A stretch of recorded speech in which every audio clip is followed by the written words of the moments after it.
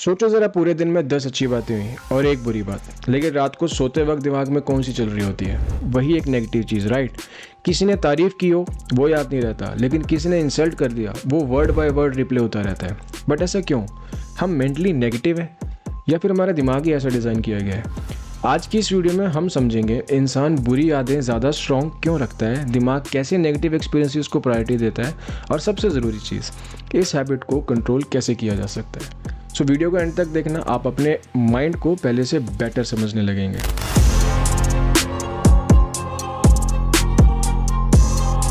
सो सबसे पहले एक एग्जांपल लेते हैं। मान लो आप एक प्रेजेंटेशन देने गए, ऑफिस में, स्कूल में, कॉलेज में, कहीं पे भी। 10 लोगों ने बोला ग्रेट जॉब, बहुत बहुत बढ़िया था यार, बहुत अच्छा था। बट एक आदमी ने बोल दिया कि यार थोड़ा और बेटर हो सकता था। अब सवाल ये है कि घर जाते समय आपके दिमाग में क्या चल रहा है, वो 10 तारीफ़ें या फिर वो एक सेंटेंस जो उस एक पर्सन ने बोला था? तो मोस्ट ऑफ अस का सेम जवाब होगा कि वो एक नेगेटिव कमेंट। और यहीं से शुरू होती है हमारी कहानी।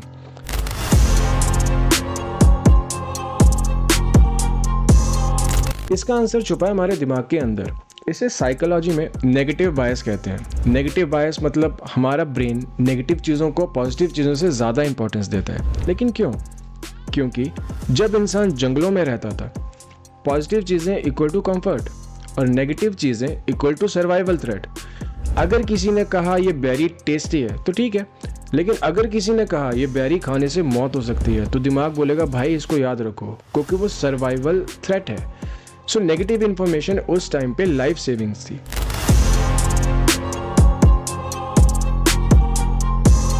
अब हमारा ब्रेन इवॉल्व हुआ, वो आज भी उसी ऑल सॉफ्टवेयर पे चल रहा है। उस टाइम पर डेंजर होता था, जैसे मान लो कोई शेर आ गया या कुछ हो गया, अगर हल्की सी भी कोई गलती हो गई तो वहाँ सीधा डेथ। इसलिए ब्रेन ने सीख लिया कि बैड एक्सपीरियंसेस को कभी मत भूलो। सो आज लेपर्ड नहीं है, आज उस तरह का कोई सिचुएशन नहीं आती है कि जहाँ पे मतलब आपकी एक मिस्टेक की वजह से डेथ हो जाएगी। बट अब जो ब्रेन के सामने चीज़ें रहती हैं, जैसे कि इंसल्ट, उसको उसने थ्रेट बना दिया। Insult equal to threat, rejection equal to danger, failure equal to warning. Brain logically नहीं, इमोशनली रिएक्ट करता है।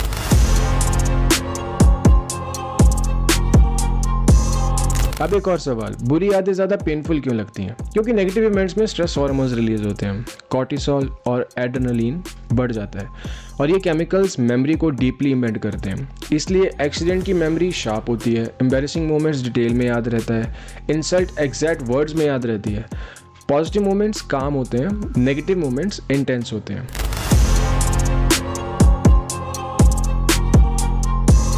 अब ज़रा सोशल मीडिया देखो, 100 लोग लाइक करेंगे, 2 लोग नेगेटिव कमेंट करें। गेस व्हाट, आप बार बार किसको पढ़ते हो? वो 2 कमेंट्स को। ये एल्गोरिदम नहीं करवा रहा आपसे, ये दिमाग आपका ऐसा करवा रहा है आपसे। नेगेटिव चीज़ें अटेंशन खींचती हैं, इमोशन ट्रिगर करती हैं, ओवर थिंकिंग करवाती हैं।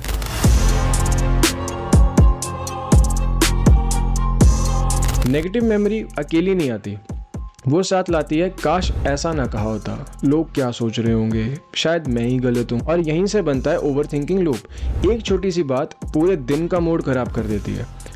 सो क्या इसका मतलब ये है कि हम कमज़ोर हैं? नहीं, इसका मतलब है आप इंसान हैं।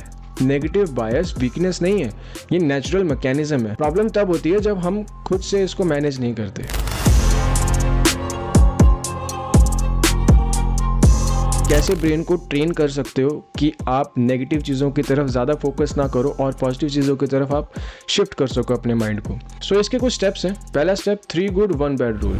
अगर दिमाग एक बैड चीज़ याद रखता है तो आप जानबूझकर 3 अच्छी चीज़ें याद करो। एग्जाम्पल, किसी ने आज मुझे इग्नोर कर दिया तो वो एक बुरी चीज़ है, बट उसी के साथ अगर 3 चीज़ें अच्छी हुई हैं कि किसी ने आज मेरी तारीफ़ कर दी, आज मैंने आज अपना काम पूरा कर दिया, आज मैंने कुछ नया सीखा, तो ये बहुत सारी छोटी छोटी चीज़ें अच्छी भी हुई हैं। तो अगर ब्रेन वो एक चीज़ को याद कर रहा है ना कि यार उसने मेरे को इग्नोर कर दिया, उसने मुझसे ढंग से बात नहीं की, तो आप जानबूझ के 3 चीज़ें अच्छी सीखो। ऑटोमेटिकली ब्रेन को ट्रिक करने की कोशिश करो कि मुझे अच्छा सोचना है, मतलब मुझे अपना मूड ख़राब नहीं करना सिर्फ उस एक बात को लेके।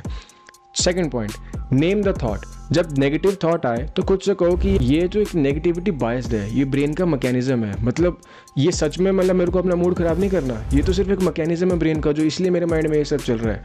सो अगर आप उस थॉट को लेबल कर दोगे ना कि ये नेगेटिव बायस है भाई, इसका मेरी लाइफ से कोई लेना देना नहीं है, तो उसकी पावर ऑटोमेटिकली कम हो जाएगी। आप ऑटोमेटिकली थोड़ा रिलैक्स फील करोगे, ऑटोमेटिकली आप थोड़ा सा दूसरी चीज़ों में या दूसरे काम में इन्वॉल्व हो जाओगे।